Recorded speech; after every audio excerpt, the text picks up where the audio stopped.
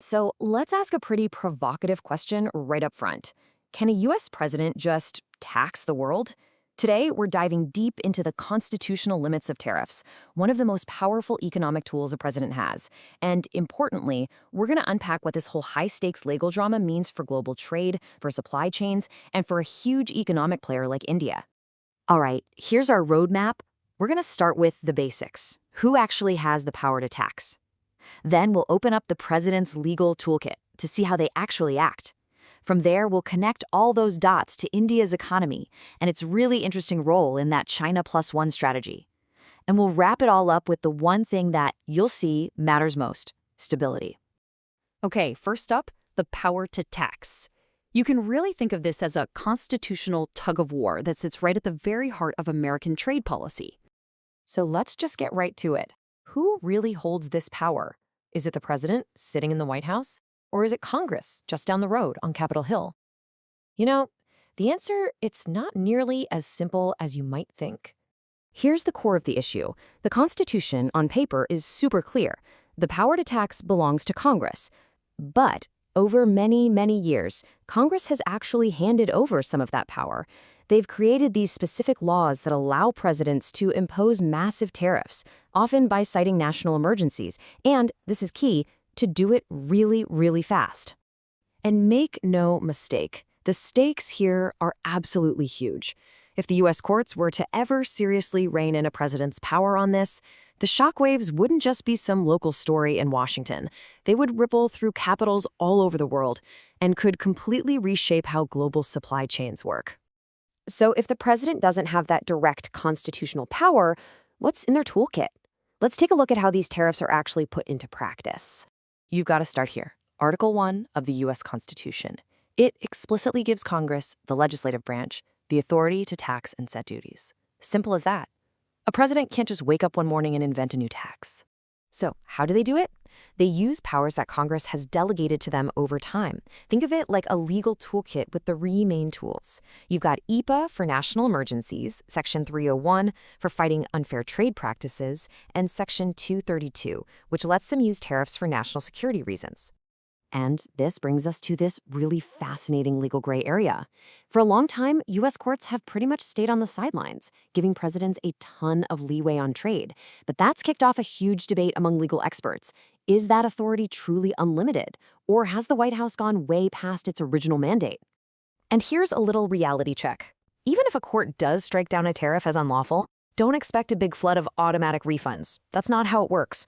These rulings usually apply going forward, and getting massive payments for past tariffs is incredibly rare, and legally, it's a nightmare. Okay, so we've got the legal framework down. Now let's pivot and talk about India's economic crossroads, because for a country like India, all of this creates both enormous risks and massive opportunities. To really get the stakes for India, all you have to do is look at the numbers. The United States is quite simply one of its biggest and most important export markets. So any sudden twitch in U.S. trade policy doesn't just make for a good headline, it has a real, immediate, and pretty significant impact on their economy. And that exposure isn't spread out evenly. It's really concentrated in these key sectors like textiles, jewelry, engineering goods, and pharmaceuticals. And hey, this isn't just theory. We've seen it play out. Just think back to 2019, when the US removed India's special trait status, creating some very real friction. And this, right here, gets to maybe the most important point for India. If a US president's tariff power were ever limited, the biggest win wouldn't necessarily be lower tariffs. It would be something much more valuable: greater stability and predictability. For any business trying to make long-term investment decisions, that kind of stability is often worth way more than any specific tariff rate. Of course, none of this is happening in a vacuum, which brings us to the China plus one gamble and India's really delicate geopolitical balancing act. So U.S. tariffs on China have basically forced global companies to find a plan B. They've adopted what's called a China plus one strategy. The logic is pretty simple. Don't put all your eggs in the China basket. Diversify your manufacturing to reduce risk. And this creates a massive opening for countries like India to step up and present themselves as a reliable, democratic alternative. This is the tightrope India has to walk. On one side, you have this growing strategic alignment with the United States. But on the other, you have this deep, deep economic interdependence with China, its massive neighbor and a huge trading partner.